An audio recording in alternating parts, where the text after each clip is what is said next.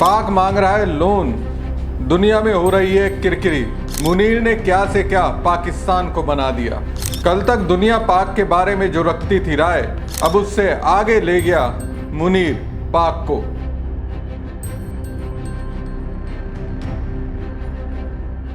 Operation सिंदूर के तहत भारत पाकिस्तान के हर हमले का मुंह तोड़ जवाब दे रहा है, लेकिन पाकिस्तान की इन नापाक हरकतों के पीछे पाक आर्मी चीफ असीम मुनीर सबसे बड़ा साजिश करता है। माना जाता है कि उसी के उकसावे के बाद पहलगाम में बेकसूर टूरिस्टों को निशाना बनाकर आतंकी हमला किया गया और उसके बाद ही भारत पाक के बीच जंग की शुरुआत हुई। असीम मुनीर न सिर्फ उपमहाद्वीप में छाए तूफान की वजह है, बल्कि वो खुद भी तूफान है। ये महज सहयोग नहीं कि वो कुख्यात पाकिस्तानी जासूसी एजेंसी ISI का प्रमुख था जब इसने 14 फरवरी 2019 को पुलवामा आतंकी हमले की साजिश रची थी, जिसमें केंद्रीय रिजर्व पुलिस बल के 40 जवान शहीद हो गए थे।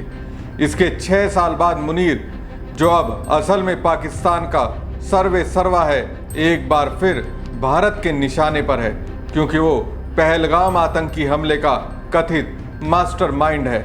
मोदी सरकार 2 दशकों में घाटी में हुए सबसे भीषण नागरिक नरसंहार का सैन्य जवाब दे रही है। पाकिस्तान के जिन लोगों ने अतीत में ऐसा किया, उन्हें बाद में सबक सिखाना पड़ा। उनमें से एक इमरान खान थे, जिन्होंने पाकिस्तान के प्रधानमंत्री रहते हुए 2018 में मुनीर की ISIS चीफ के रूप में नियुक्ति को मंजूरी दी और सिर्फ 9 महीने बाद उसे पद से बर्खास्त भी कर दिया था, क्योंकि मुनीर ने ही इमरान की पत्नी बुशरा बीबी के भ्रष्टाचार की पोल खोली थी। मुनीर ने सबसे कम समय तक सेवा ISI प्रमुख होने के अपमान के लिए इमरान को कभी माफ नहीं किया और बदला लेने के लिए समय का इंतजार किया। ये मौका तब आया जब अप्रैल 2022 में इमरान को सेना की तरफ से रचे गए तख्ता पलट में पद से हटा दिया गया और मुनीर को इमरान के विरोधी सत्तारूढ़ गठबंधन का समर्थन पाकर उसी साल नवंबर में सेना प्रमुख बना दिया गया। महीनों बाद मुनीर ने इमरान को भ्रष्टाचार के कई आरोपों में जेल में डाल दिया, जिसमें पूर्व प्रधानमंत्री को इस साल की शुरुआत में 14 साल जेल की सजा सुनाई गई है। असीम मुनीर की हरकत, दिमागी साजिश, ताकत और कमजोरियों का पता लगाना भारत की उस रणनीति का केंद्र बन गया, जिसके तहत पहलगाम में पाकिस्तान की ओर से किए गए नरसंहार के लिए उसे मकूल जवाब दिया जा रहा है। मुनीर एक मजबूत 5 लाख सैनिकों वाली पाकिस्तानी सेना का अगवा है, जो कम से कम कागजों पर तो दुनिया की 6ठी सबसे बड़ी सेना है, लेकिन उसकी जिस तरह से पिटाई हो रही है दुनिया देख रही है। अपनी करनी के कारण उसकी हालत पतली होती जा रही है। मुनीर ऐसा पाकिस्तानी जनरल है जो ISI के प्रमुख होने के साथ साथ सैन्य खुफिया महानिदेशक भी रहा है, इसलिए उससे उम्मीद की जाती है कि उसने अपनी रणनीति के बारे में अच्छी तरह से सोचा होगा, लेकिन विश्लेषण करने में वो पूरी तरह नाकाम रहा। अब स्थिति ऐसी हो गई है, जग हसाई शुरू हो चुकी है। चलिए कैसे आपको तसल्ली से बताते हैं। लेकिन ऑपरेशन सिंदूर से बौखलाकर पाकिस्तान भारत के सैन्य और रिहायशी इलाकों पर ताबड़तोड़ हमले कर रहा है, जिन्हें भारत लगातार नाकाम कर रहा है। इस बीच पाकिस्तान सरकार का एक ट्वीट सोशल मीडिया पर वायरल हो रहा है, जिसमें वो लोन की गुहार लगा रहा है। पाकिस्तान के आर्थिक मामलों के मंत्रालय के एक्स हैंडल से लोन की गुहार वाला ट्वीट किया गया है। हालांकि बाद में पाकिस्तान सरकार ने इसे फर्जी बताते हुए कहा कि उनका यह अकाउंट हैक हो गया है, लेकिन तब तक दुनिया भर में पाकिस्तान की किरकिरी हो चुकी थी।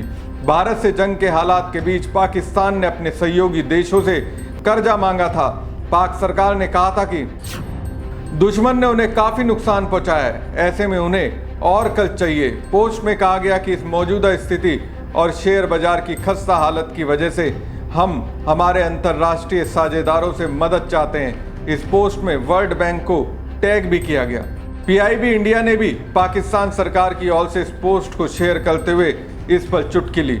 सोशल मीडिया पर इस पोस्ट को लेकर तरह तरह के मीम शेयर किए जा रहे हैं। पाकिस्तान ने ऑपरेशन सिंदूर का बदला लेने के लिए 8 और 9 मई की रात भारत की पश्चिमी सीमा पर एक साथ कई हवाई हमले की कोशिश की थी। पाकिस्तान की ओर से ड्रोन और अन्य हथियारों के जरिए भारतीय सीमा को निशाना बना गया था।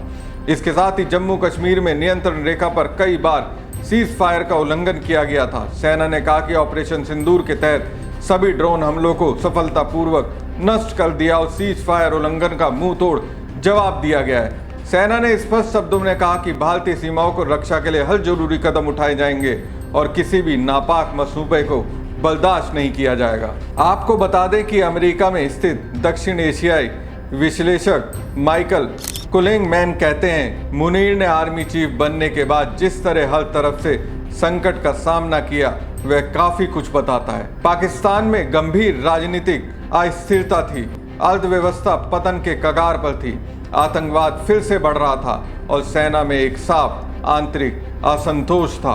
उन्होंने दूसरों की तुलना में उन समस्याओं से निजात पाई और चीजों को कंट्रोल में रखा। उनकी अपनी विफलताएं हैं, जैसे बलूच विरोधियों की ओर से हाल में ही जाफर एक्सप्रेस का अपहरण, जिसने उनकी और सेना की विश्वसनीयता को नुकसान पहुंचाया। पाकिस्तान की सेना ने हमेशा देश को चलाने में बड़ी भूमिका निभाई है। अपने अस्तित्व के 77 साल में देश 3 अलग अलग चरणों में 33 वर्षों तक मार्शल लॉ लग चुका है। हालांकि मुनीर हाल के दिनों में नागरिक व्यवस्था को गिराए बिना सबसे शक्तिशाली सेना प्रमुखों में से एक बनकर उभरे। वह जनरल जियाउल हक के बाद इस्लामवादी राष्ट्रवाद का आह्वान करने वाले और इससे पहचाने जाने वाले पहले सेना प्रमुख हैं। वह हाफिज कुरान है, मतलब ऐसा व्यक्ति जिसने पवित्र पुस्तक को याद कर रखा है। जब वे सऊदी अरब में सेना के अटैच के रूप में तैनात थे तो उन्होंने परीक्षा पास की थी।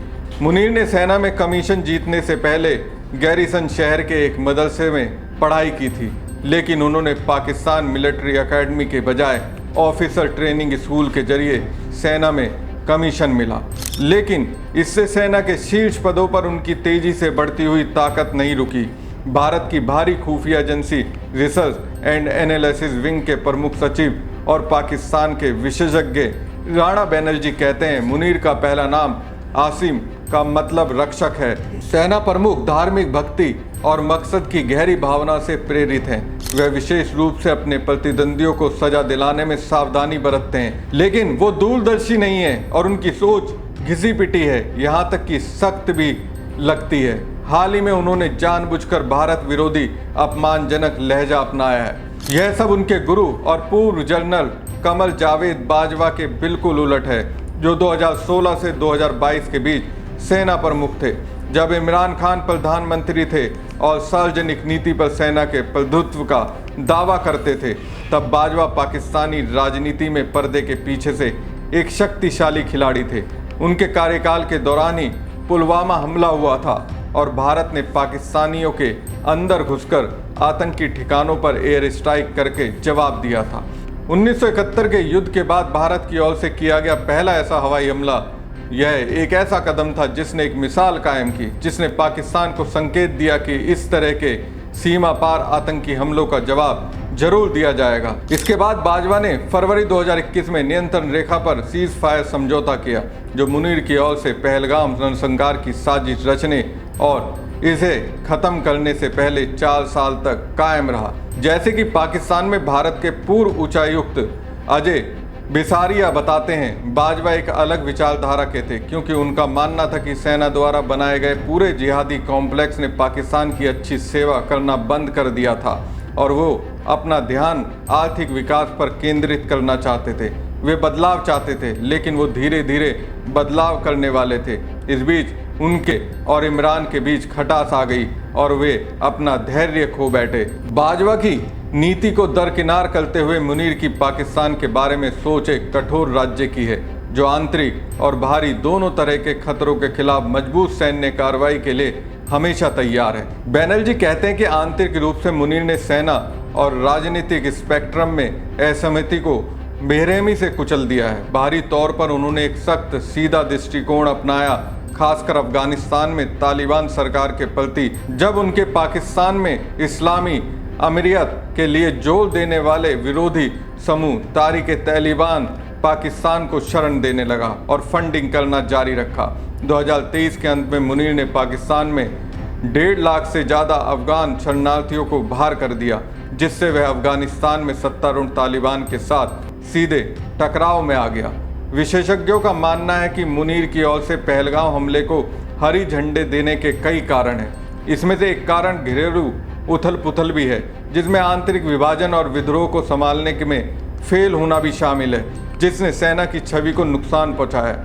इस हीट को महसूस करते हुए मुनीर ने लोगों को अपने पीछे एकजुट करने के लिए भारत पर हमले का इस्तेमाल किया, लेकिन मुनीर की इसी हिमाकत की वजह से अब पाकिस्तान को कटोरा लेकर दुनिया के सामने जाना पड़ रहा है। जय हिंद। पाक मांग रहा है लोन, दुनिया में हो रही है किरकिरी। मुनीर ने क्या से क्या पाकिस्तान को बना दिया। कल तक दुनिया पाक के बारे में जो रखती थी राय, अब उससे आगे ले गया मुनीर पाक को।